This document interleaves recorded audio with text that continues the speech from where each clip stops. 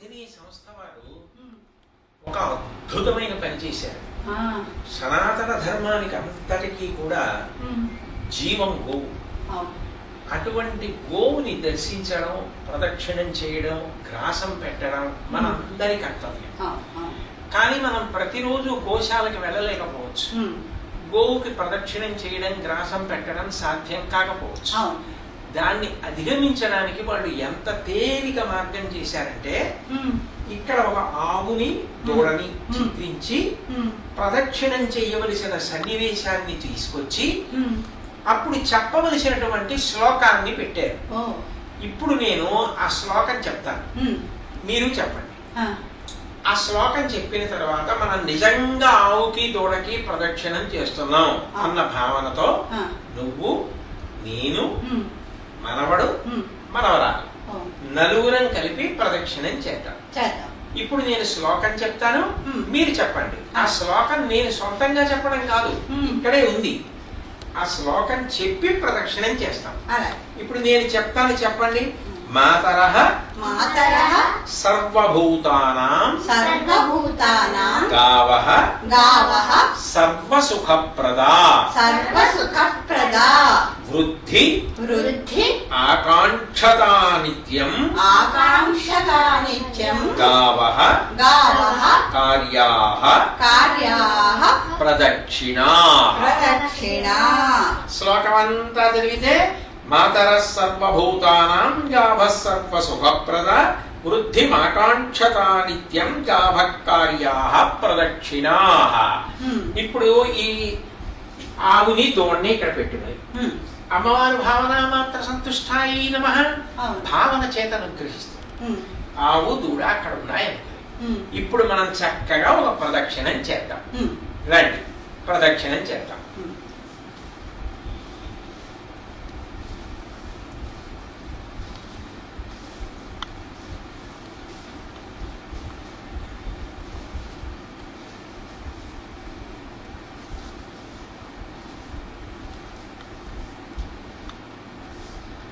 ప్రదక్షిణం చేయడం ఎంత గొప్ప, గోవుకి గ్రాసం ఇవ్వడం అంత గొప్ప. గోగ్రాసం ఇవ్వడం ఎంత గొప్ప కూడా ఈ క్యాలెండర్ లోనే ఈ పేజీలో చూపించారు. కంచి కామకోటి పీఠాధిపతులు మహాపురుషులు శ్రీ శ్రీ శ్రీ శంకర విజయేంద్ర సరస్వతి స్వామి వారు గోవుకి గ్రాసం పెడుతున్న బొమ్మ వేసి, అప్పుడు గ్రాసం అంటే చేత్తో పట్టుకుని గడ్డి పెట్టడం, ఏ శ్లోకం చెప్పాలో కూడా రాశారు. ఇప్పుడు నేను చెప్తాను, మీరు చెప్పండి ఆ శ్లోకం. గావు మే మాతరః సర్వాః పితరశ్చైవ గోవృషాః గ్రాసముష్టిం మయా దత్తం ప్రతిగృహ్ణీత మాతరః యత్కృతం దుష్కృతం తేన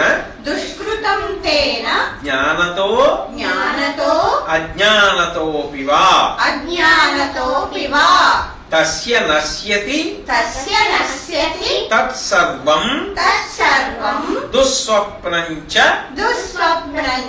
వినశ్యతి. అంటే సమస్త భూతములకు ఆవు తల్లి, అన్ని ప్రాణులకు తల్లి ఆవైతే తండ్రి స్థానాన్ని పొందేది ఎద్దు. అమ్మా, నేను నా చేతితో నీకు ఇవాళ గడ్డి పెట్టడానికి వచ్చాను. దయతో నువ్వు తిను. నువ్వు ఆ గడ్డి తిన్న కారణం చేత నేను చేసిన సమస్త పాపములు తొలగిపోతాయి. నాకు పీడకల వస్తే ఆ పీడకల ఫలితం కూడా నివారింపబడుతుంది. అంత గొప్పది గోగ్రాసం పెట్టడం. కానీ ఇప్పుడు మన దగ్గర ఆవేది దూడేది ఎలా పెడతాం అని అనుకోకూడదు. అదే ఆవు దూడ మనం ప్రదక్షిణం చేశాం కదా. అందుకని మనం ఏం చేస్తామంటే, ప్రతిరోజు మనం వెయ్యగలిగినటువంటి ద్రవ్యాన్ని, ఇది హుండీ అన్నమాట, మన ఇంట్లో ఉన్నదే ఒక డబ్బా తీసుకుని దీన్ని హుండీగా పెట్టుకుని నేనేం చేస్తానంటే, ప్రతిరోజు ఇందులో కొంత డబ్బులు వేస్తాను. ప్రదక్షిణం చేసేసి శ్లోకం చెప్పాక నెలకొక్కసారి మనం ఈ డబ్బా పట్టుకుని గోశాలకి వెళ్ళి ఇందులో ఉన్న డబ్బులు గోశాలకి ఇచ్చేస్తాం. అప్పుడు ఆవులన్నీ మేత వేస్తాయి ఆ డబ్బుతో. అప్పుడు మనం ప్రతిరోజు పెట్టినట్టే కదా. పట్టుకోండి, ఇప్పుడు వేద్దాం మనం డబ్బులు.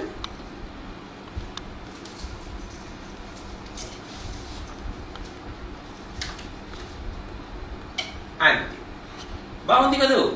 ప్రతిరోజు గోశాలకు వెళ్ళినట్టే, ప్రదక్షిణం చేసినట్టే, గోగ్రాసం పెట్టినట్టే. తద్వారా మన కుటుంబాన్ని, మన దేశాన్ని, మన ధర్మానికి సంబంధించిన మూలాన్ని మనం కాపాడుకుంటున్న వాళ్ళం అయ్యామా లేదా? రోజు చేద్దామా? చేద్దాం, రోజు చేద్దాం. ఇక్కడ పెట్టా. జై గోమాతకి.